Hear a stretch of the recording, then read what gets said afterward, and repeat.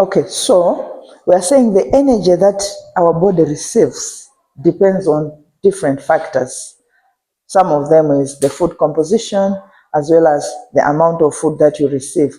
You can have a very balanced diet, but if it's very small, it might not be enough for the body that is receiving that food. So the unit of measure that we use in energy is kilocalorie. That's when I say unit of measure, I hope we all understand. Do you understand by unit of measure? What's the unit of measure for water? Liters. Right? Is that clear now?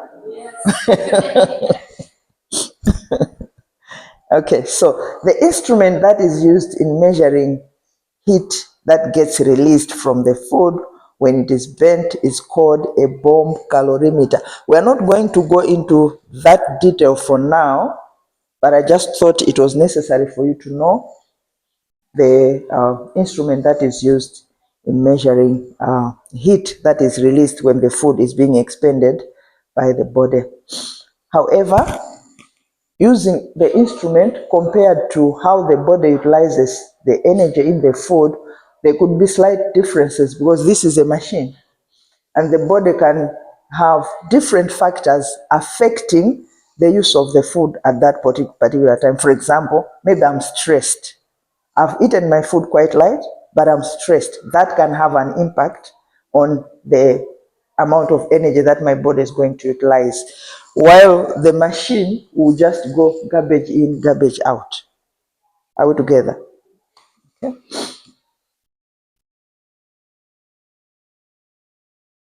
Right. People eat food for various reasons. True or false? True. Okay. And this contributes towards the how much food they take in, whether it's too much or too little. Appetite is one of them.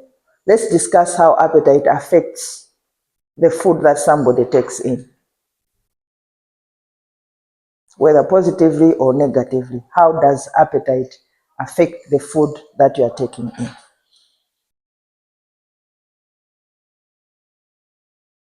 We all know what appetite is, okay? How does it affect the food that we take in?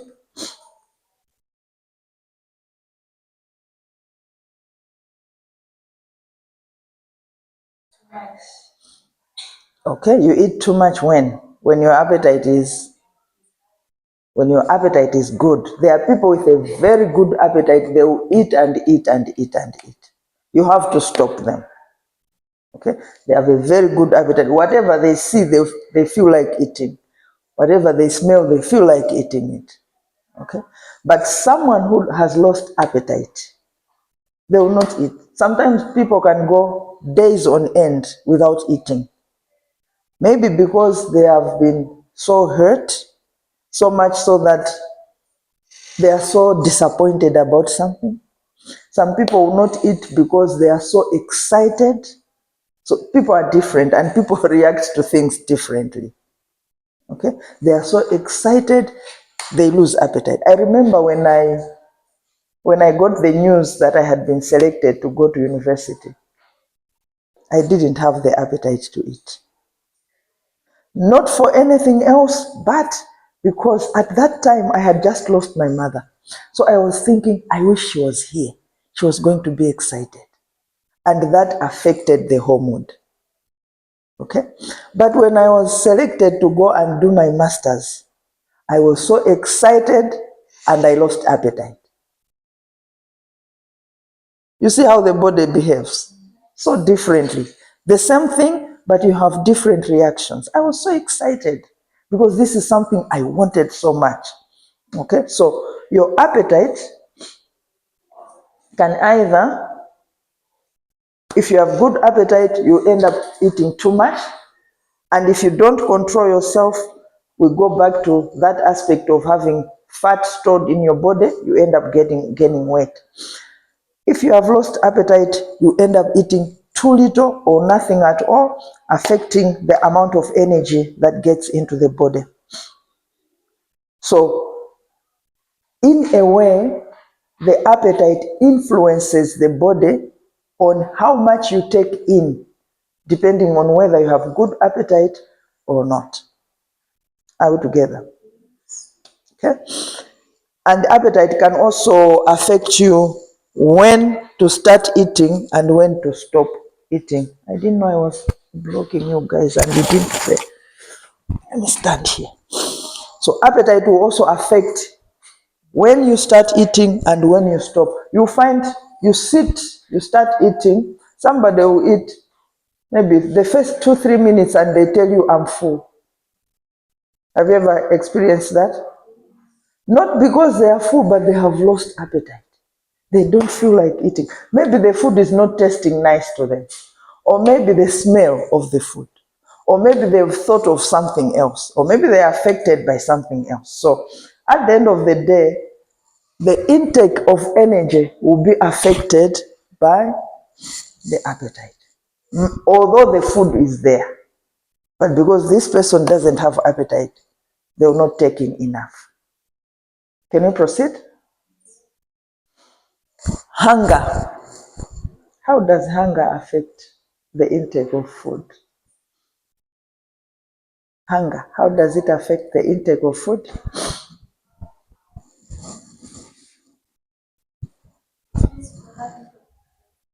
It leads to high intake of food, okay, when you're hungry. Okay, anything else? When you're not hungry, what happens? What happens when you're not hungry? You will take very little food because you are not hungry. You don't feel like eating. Most of the times, there will be things that lead to other factors that lead to that. Maybe you are grieving, you don't feel like eating. Maybe the anxiety that exams are out and you are not too sure. You don't feel hungry until you see the results outcome. Okay? So a feeling that prompts the thoughts of food and motivates a person to eat, that's hunger in simple terms. I've thought about food, or I have this irritating feeling in my stomach and I think I'm hungry and I get motivated to eat. So it's a psychological response to food need triggers. Okay? There are food need triggers that, or signals that take place in our bodies from the brain to tell me that my body needs food. I'll give an example of somebody who is HIV positive. There was a time, I don't know whether it's the same talk now, when HIV just started setting in, people were saying, somebody who is HIV positive, ankati ndiankhwilu. You remember? Why? Because most of the times they could think of eating either they would ask for beef or chicken, or you give them vegetables they don't want to eat, but they would want meat and meat products. Why? Because that is what their bodies demanded at that time.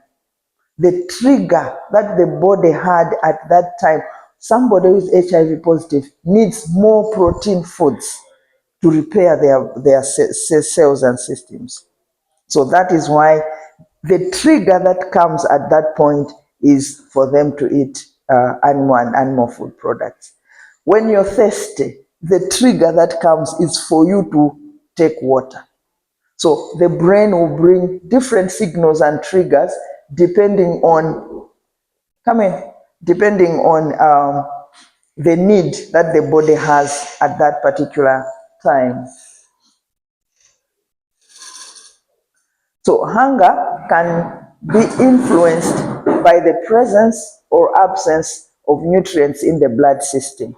The presence or absence of nutrients in the blood system can also bring about hunger feelings, because the body would want to bring a balance to make sure that you are being sustained and maintained as is expected. Climatic conditions can also influence hunger. Some people say when it is hot, you don't feel hungry. When it is cold, you feel more hungry. So it depends on people. It's not cast on a stone. It's for others, it's the opposite. For others, it's the other way around. Some people will eat more when it's hot. Others will eat more when it's cold. Okay? So in general, climatic conditions also have an effect on whether I feel hungry or not. The hunger will also determine what I'm going to eat, when I'm going to eat, and how. Okay? When I'm so hungry and I'm peeling cassava, I'll be chewing some of that raw cassava as I prepare to cook it. Yes or no? Okay? Because I'm very hungry. So I would want to sustain this hunger a little bit as I wait for the food to cook finally. Okay? Other factors, we have issues of hormones, hormonal changes, physical and mental illness. I think we also talked at length about wellness and health, remember? So all those factors have they come into play when we're talking about the issues of hunger. How do we define satiation? I think I need to have problems. This thing. How can we define this word?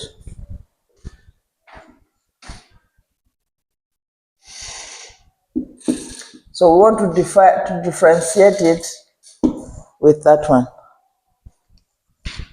Define any of the two.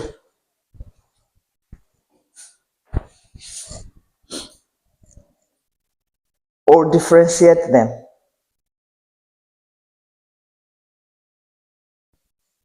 Anybody wants to try?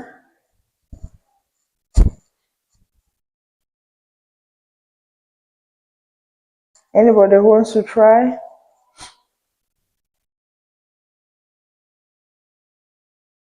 We are completely lost.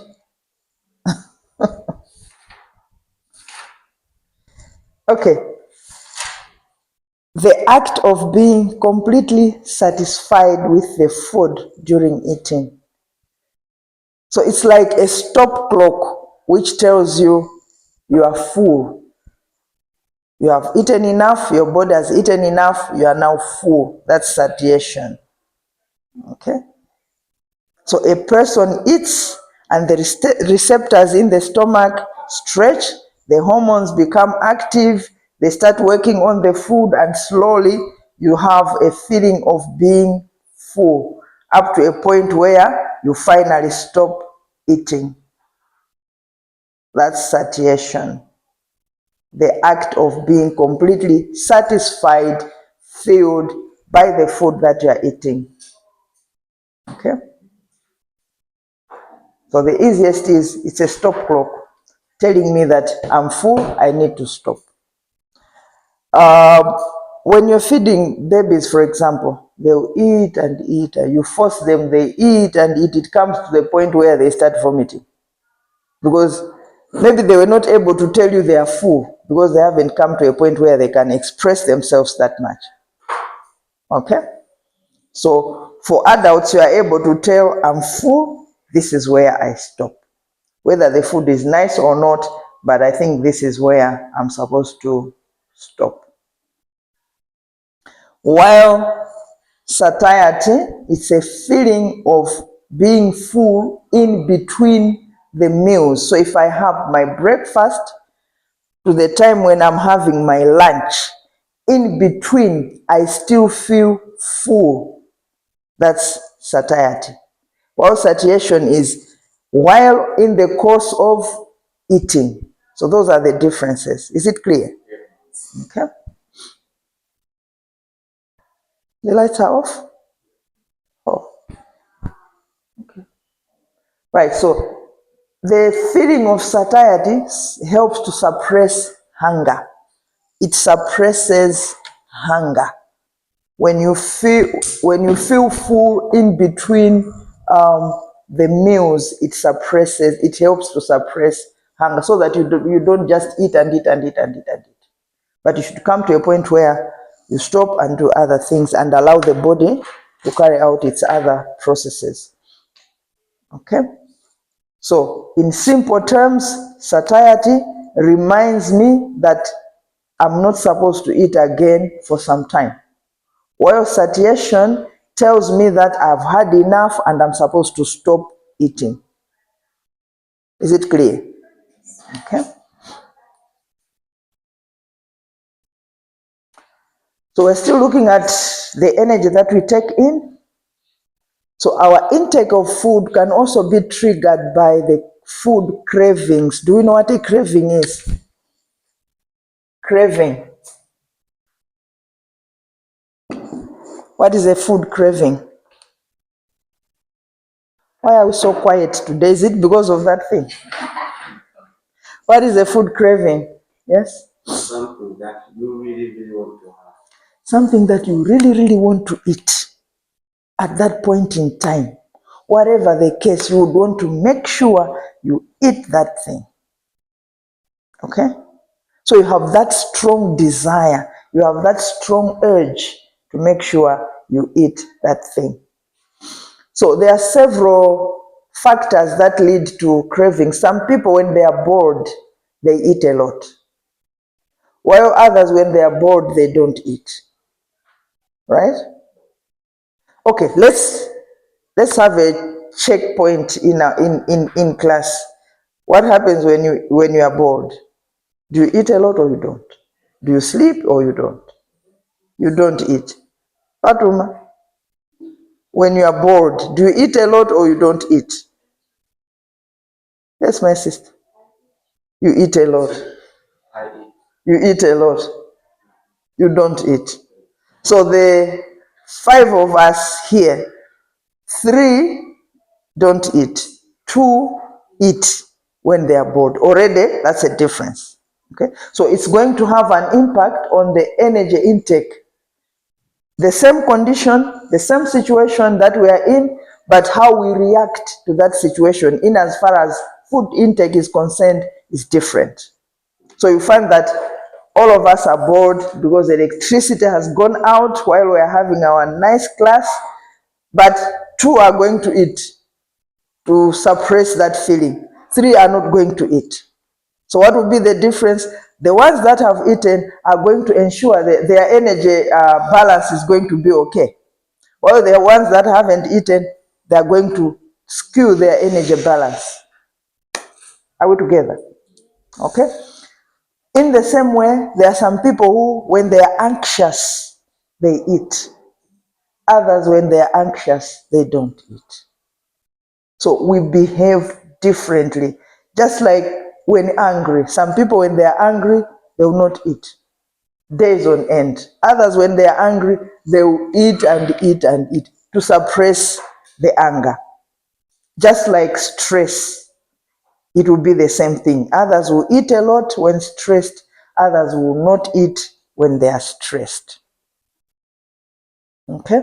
So you find that that's why we are saying there are several factors that come into play when it comes to the way our bodies receive energy. Food could be there for all of us or all the family members, but because one of the family members is hungry, they will not eat that food. Come and eat, I'll come and eat later, but they will not come and eat. While the others have eaten, the food was there. Okay? So at the end of the day, the intake of energy into the body will be different. Okay? We also have what we call sensory influence. Sensory influence.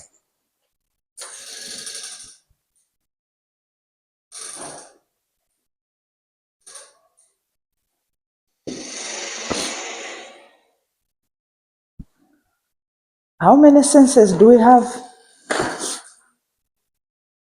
The body senses. Or let's just mention them. The senses. Huh? The senses, what senses do we have? Sense of sight, sense of touch, sense of smell. We've forgotten that. Sense of taste. Okay? So they also play a role when it comes to the intake of food in our bodies. For example, when I see some food that is nicely prepared, my eyes see that food, I'll get attracted to eat that food. Okay? I'm hungry, yes, but here is the food that has been prepared. The plate looks dirty, there are flies all over, the way the food has been put in the plate, this piece of sima has cracks all over. I will not get attracted. I would get. So I'm hungry, yes, but what my eyes have seen have caused me to either eat that food or not. So at the end of the day, my energy intake is going to be affected. Okay? Similarly, the smell. How is the food smelling? Is the food smelling okay? Sometimes when you're preparing, for example, fish that was going bad, you can smell it, and that puts you off. Okay? Because you say, this fish is not okay. So smell in that case will have influenced you to either eat your food or not, thereby affecting the level of energy that gets into your body. Okay? The sound of the food. Somebody is having apples. You can hear the sound when they are chewing, right? Or somebody is having crisps. You can hear the sound when how they are chewing. Okay? So that can also affect whether you eat that food or you get attracted or not. And then the taste of the food also affects our energy intake. Any questions this far?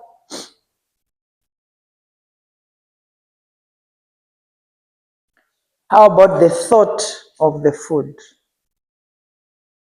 How do we get affected by the thought of the food?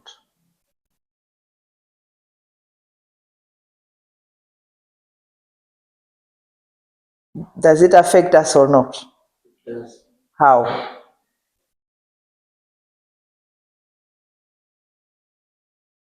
How?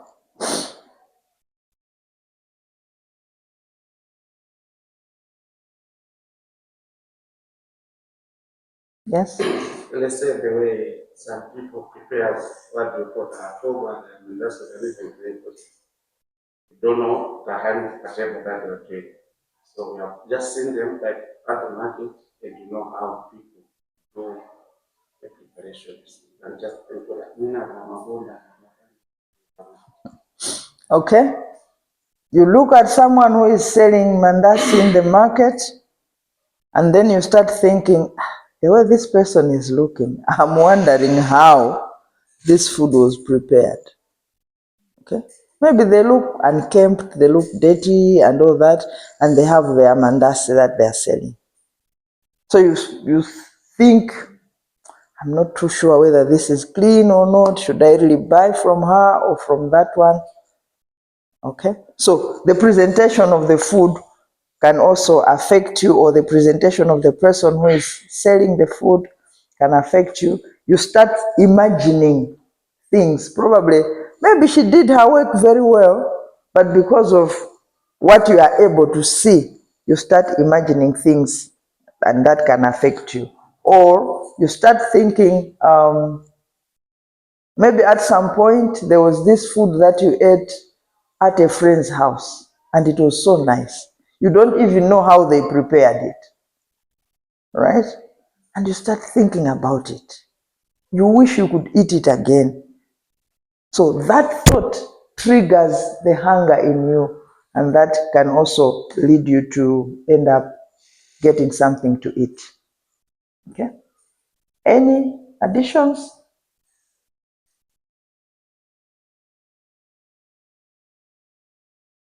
There are also what we call cognitive influences.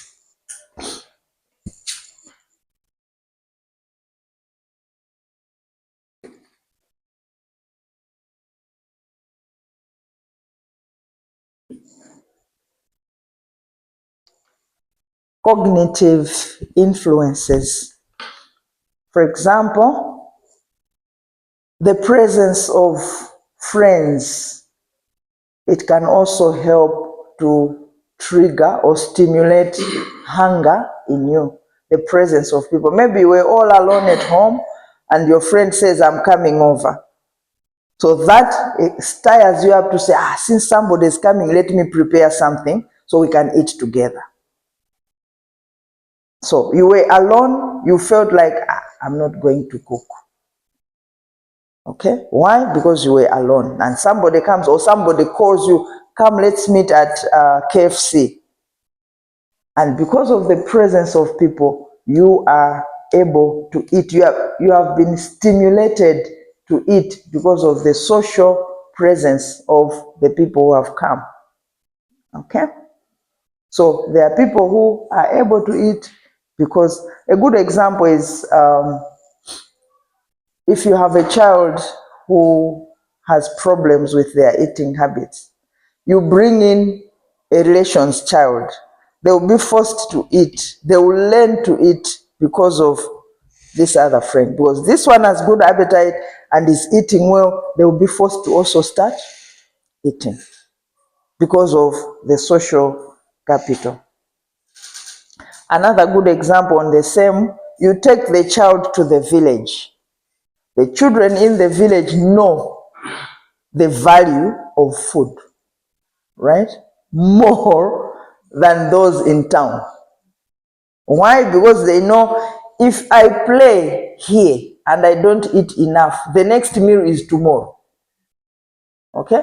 While this one, they give them a plate, they'll eat a little bit, they'll go play, come back, they'll find their plate waiting for them. Okay? So you take your child to the village and you don't give them a plate of their own, but they eat together with the others. The next 2 days, they will be very good eaters because they will know I also have to eat fast to make sure I get something. Okay. The first day, maybe they will cry, what, but you leave them there. Bring the food again. Let your child eat together with the others. They will learn how to eat, and that will also help to trigger the hunger in them, cognitive influence. Another one on the cognitive influence is the time of the day. For example, what time is it now? Almost 11, right? Almost 11 o'clock. Psychologically, you start thinking it's towards lunch hour. Okay? It's 12 o'clock, we need to go and eat. Who said you should always eat at 12? Psychological, the time of the day. It's 12 o'clock, let's go and eat. She's taking too long, we need to go and eat. Okay. Why? Because we have coined our minds to say, at this point in time, I'm supposed to eat. At this point in time, I'm supposed to eat. At this point in time. So when that time comes, it's just triggered in your mind to say, this time I'm supposed to go and eat. So that is another example of cognitive influence. Another example is the availability of food. Just because food is there, you think you should eat and eat and eat and eat. I have a relation home. She's now died. What she used to do is, when she has money, she would buy beef, fish, eggs, all that are going to be one meal. So there will be rice here, and there will be sima here. So there will be chambo and beef and what and what. So they will eat all that as one meal. Okay? 2, 3 days, 1 week down the line, the money is gone. We are back to whatever. Instead of spreading that money so that they are able to eat at a longer period of time. Okay? So availability of food can also influence the amount of energy that we take in, because we feel I have it, therefore I will eat. But having it doesn't mean you eat everything at once. Remember, when we're looking at guidelines for a healthy diet, Remember? Okay? So we should continue to follow those guidelines. Availability of food should not make us to eat more than is expected. Okay? The other cognitive influence is whether we like the food or not, the favorite food. What's your favorite food? Sanitisation. Simandusi. And what's your favorite food? Rice and chicken. Okay. Yes, what's your favorite food? Wow. What's your favorite food? And you? Glory. Okay, so you see, each one has got their own favorite foods. So that can also influence the intake of energy. The favorite food of one person is different from that of the other one.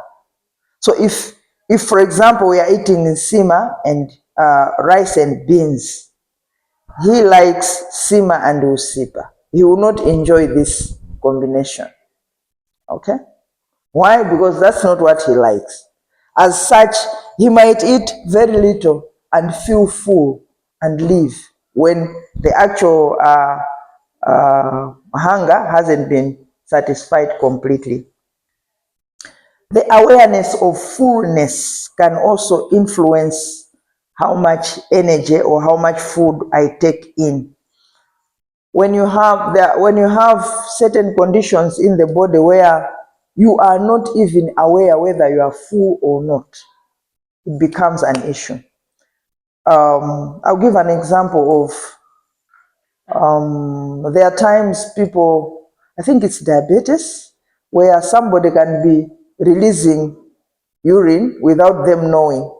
I think it's diabetes, if I'm not, I think it's diabetes people. So when you have conditions in your body whereby you are not aware whether you are full or not, that is going to affect the amount of energy. What will happen at the end of the day is you eat and eat and eat and eat, okay, more than your body needs. So that is going to affect a number of things in your body. Okay, let's look at the energy that goes out of the body, or the energy that is utilized. We're looking at energy in, now we're looking at energy out.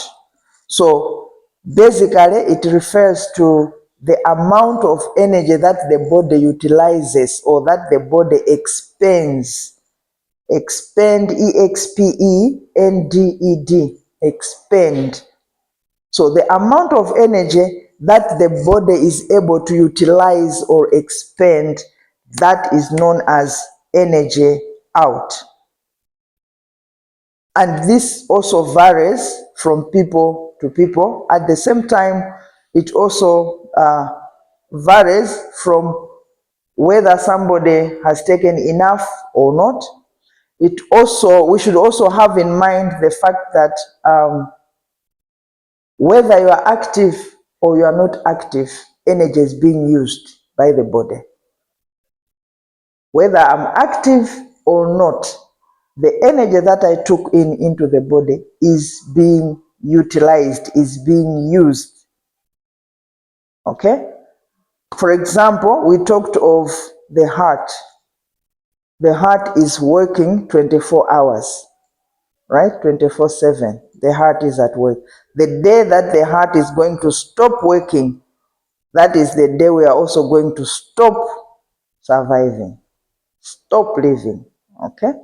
So whether I'm active or not, I'm just seated or I'm sleeping, I'm up and about or not, energy is being used in my body. Okay? So, for example, we have what we call basal metabolism or metabolic processes that take place in the body.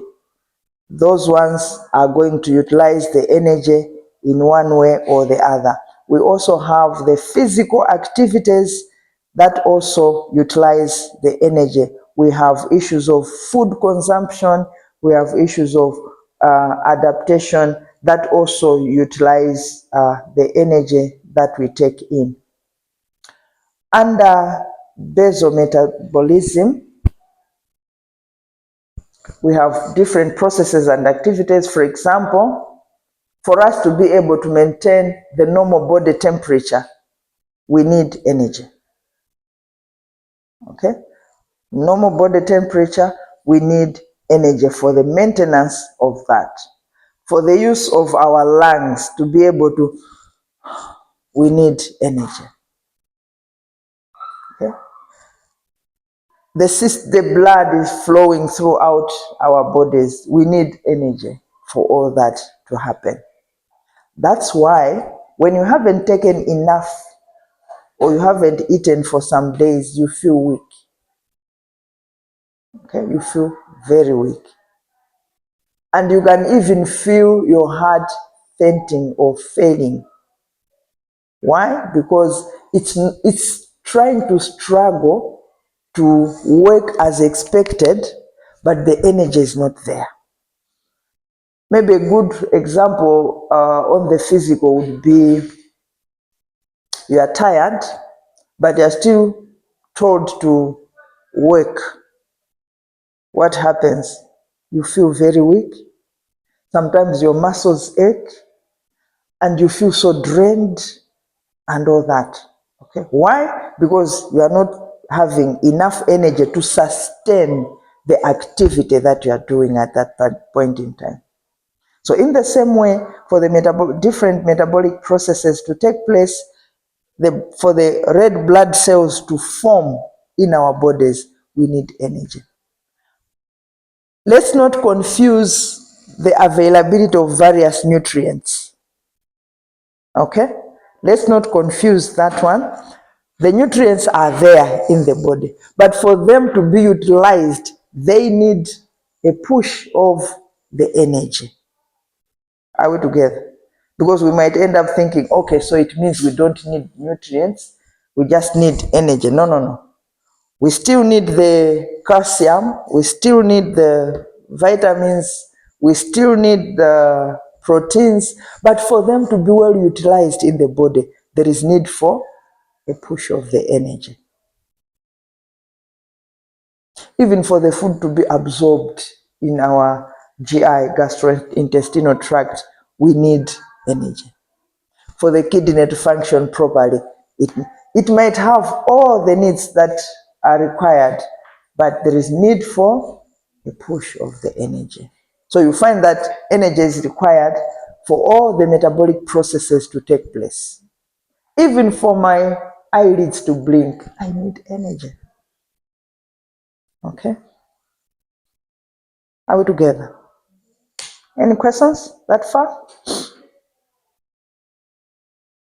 So the rate at which one person uses energy will differ from a different person. Why? For various factors, as we have already said. Somebody could be sick, somebody is normal or healthy. Somebody could be very active, somebody is not as active. One person would be depressed, somebody is very okay. So all those aspects will come into play when it comes to how energy is expended by the body.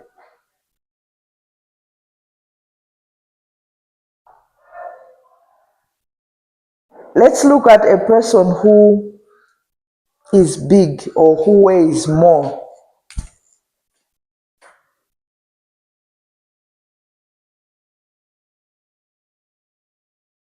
Do they need a lot of energy or not?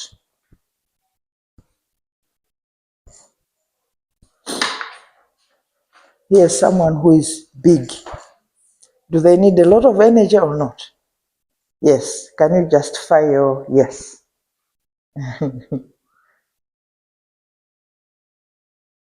Why are we saying yes, they need a lot of energy? Hmm? Uh-uh. Uh-uh. What has happened? Why are you changing? Do they need a lot of energy or not? Is the question. Somebody who is big,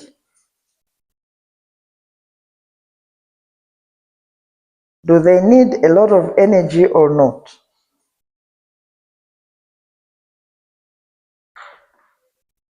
Class, let's talk.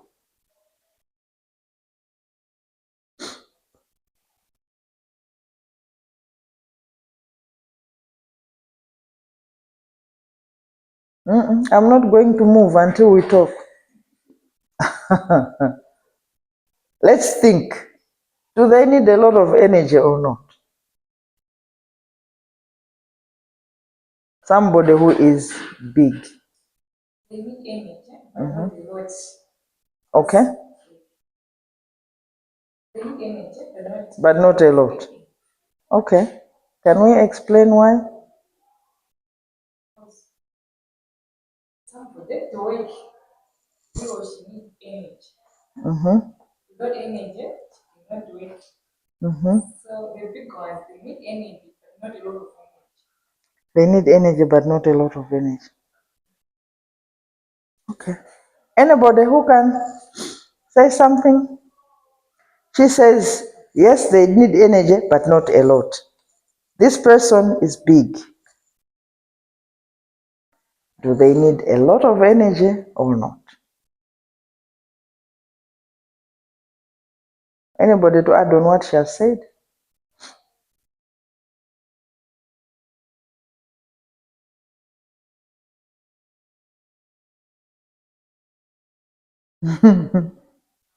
Let's talk.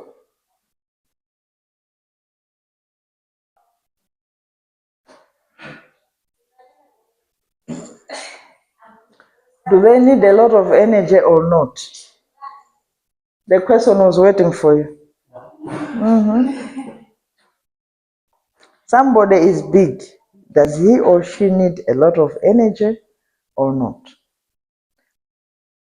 From the discussion that we've just had this morning. They do. They do. Can you justify your answer?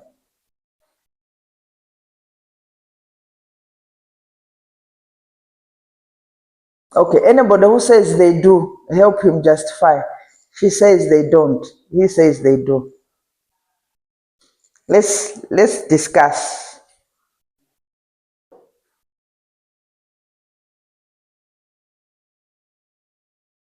Let's talk, people.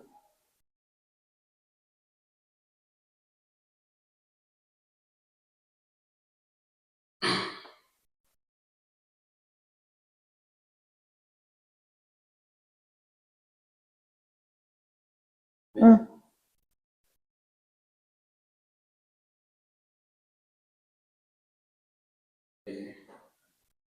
Since they weigh more, there'll be a need for them to be active and for whatever that they are consuming, they need to the process of the energy have to push them to do whatever that they want because they cannot even walk from here to one day. They need more energy. Kuna some number of people eat now and then. Okay. So he says they do because they have to meet the different needs. He gave an example of this person is big and cannot walk a long distance unless they eat a lot. So the answer is yes, they do. They need to eat a lot. Remember, we would want to make sure all the processes taking place in them receive enough energy. However, they have to be conscious of the fact that if they overeat, that excess is going to be stored as fat in their bodies. And if we go back, if that fat is not utilized, it will end up being detrimental. Remember? Okay? So that's why I think it was our first lesson where I said, as nutritionists, we are not only concerned with cooking porridge for a 6-month-old baby, but we look at the person in totality. And there are several factors that come into play when we are talking of the nutritional needs of a human being. Okay? So when we learn a particular topic, don't look at it in isolation. So we will continue to be linking and building up on the different things. So you find that the same thing, there will be a lot of aspects coming out. Don't get confused. Okay? Are we together? Can you proceed?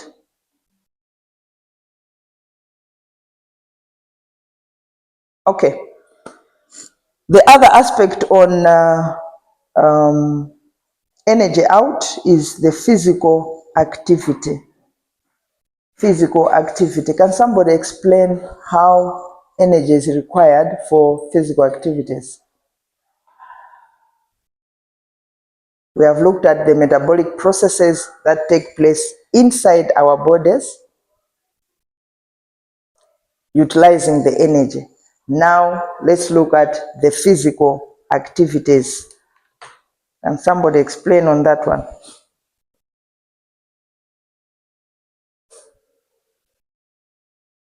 What happens during physical activities?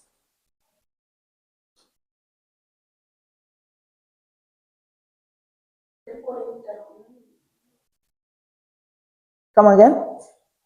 Exercises.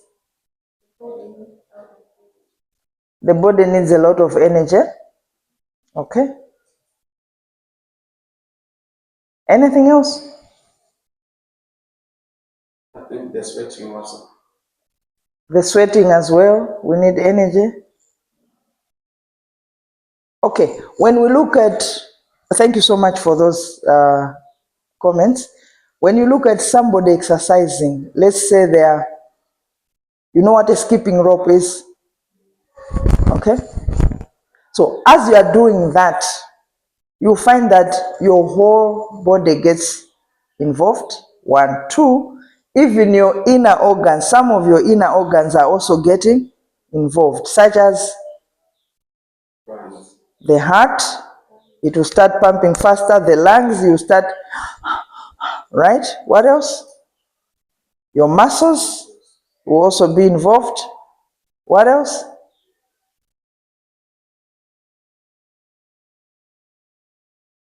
What else?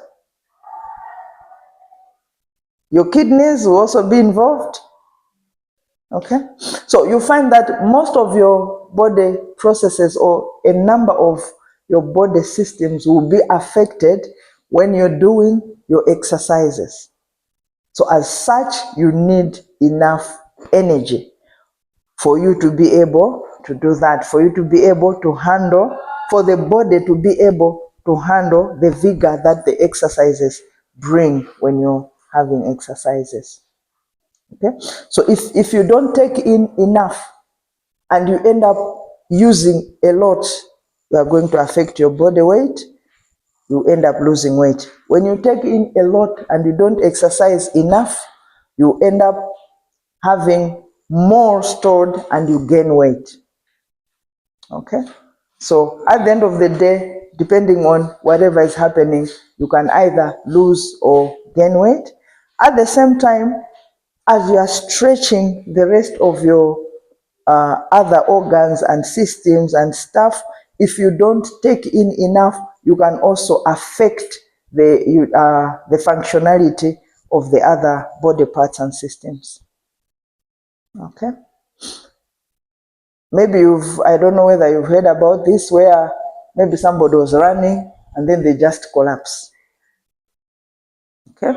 So it means they got to a point where part of their system was not receiving enough energy.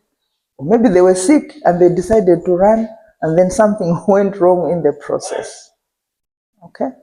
So that's why during our first class I said, as nutritionists, we cut across all the disciplines of life.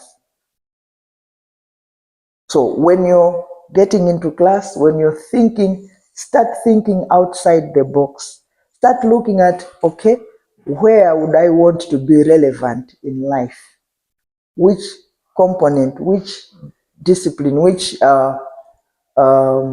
organization would I be relevant and bring my idea. That will help you to even start already thinking about your research topic. Okay? You will soon be asked to bring your research topics and all that. So you should already start looking at the different topics that we are handling. Which one do you think you can pursue as a nutritionist? Okay? So let's not just focus our minds to 6 food groups, because we go beyond the 6 food groups and the food calendar. We look at a number of things that are happening in the person's body. Any questions there? Any questions?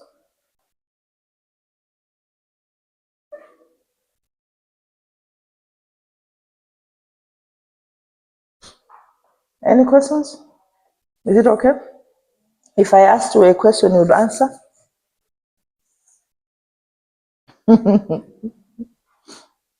Okay. How about gender? Would gender affect the energy needs? Can you explain?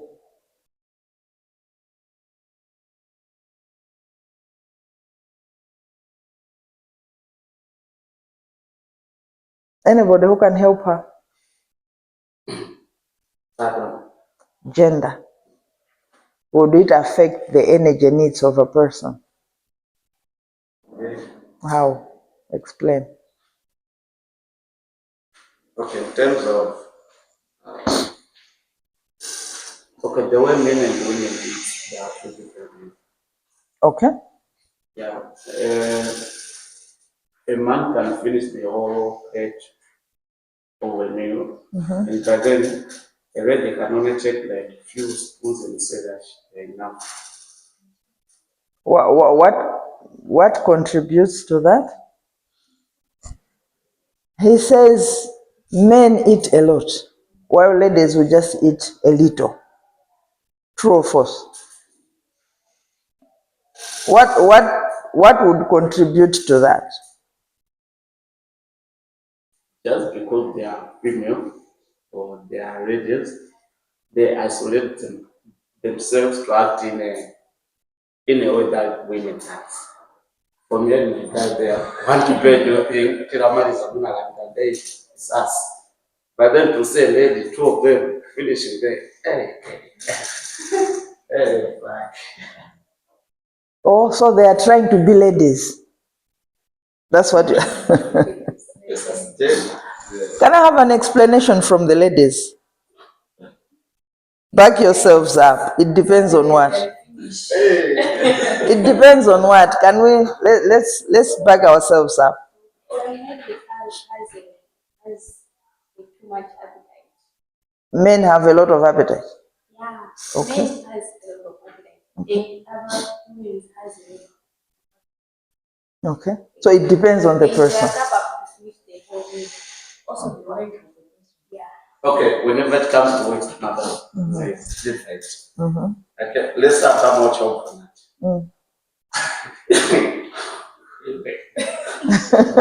Yes, go ahead. Okay, only maybe ladies can only be at the kitchen, prepare the food. But the rest goes to them after men have been satisfied. Ndokumzane mafanya nini? Unawezana kwa sasa zaba just because I did my ties for like why not? Ladies will only have different. So the way you're explaining now, that means it's not necessarily gender only, but there are issues of culture, there are issues of family beliefs and all that. The economy. Okay, let's get back to the gender aspect. Okay, let's agree on gender. He says men eat a lot, women don't. She says no, it depends on the man or the woman. Either of them can eat a lot or not. What are the others saying?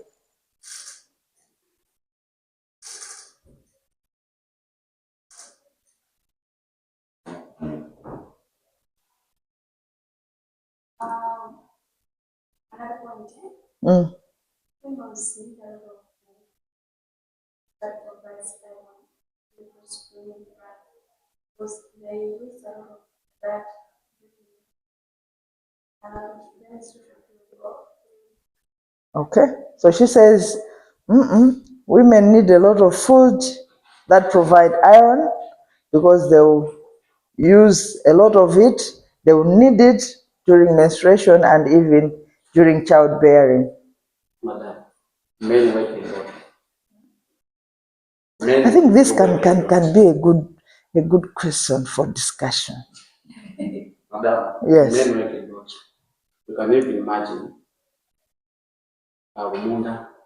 The man can go there in the morning and be coming at the lunch hour. But then the lady can only be there for a couple of hours and when she goes home. She goes home, she doesn't sit home. She goes home to prepare. That means she's still working, right? Okay, a good example is the roads construction. Do we have women there? Do we have men there? Are they separating the kind of work or they are just doing everything together? There's a separation. There's a separation. Eh? Yes. There's a separation. How? If there's no, you wake up and go on a rose and be sati. Very example where I was like, I'm listening to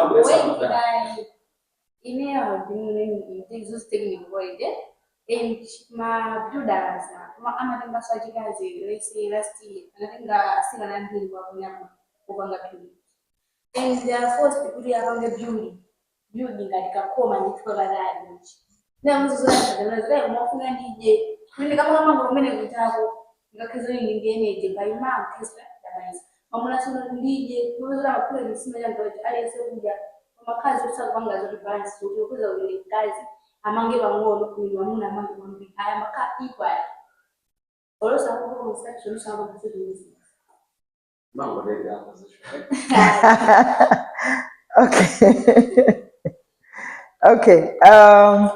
Thank you for that discussion.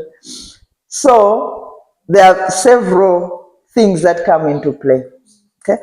There are some ladies who are so conscious about their weight, they will not eat, not because they are not hungry, but they are conscious about their weight or for whatever reason. But in normal situations, there will be more men eating, few women eating, more women eating, few men eat. So it depends on the person and the different things that come into play at that. For example, she gave an example of the issue of losing blood, where a female will be expected to eat more of the iron and calcium and whatever. And another good example would be the woman is expecting, she will need to eat more, okay, because she's eating for 2 or maybe for 3 if she's carrying twins. So she's eating for all those lives, okay? So it all depends on different factors. That's why I keep saying it's not cast on a stone. It's not a straight line.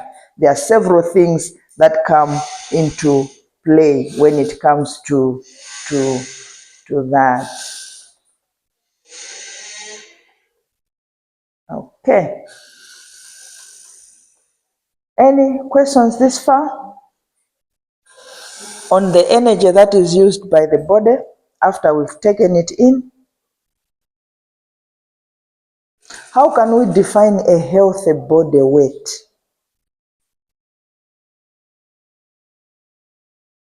What is a healthy body weight?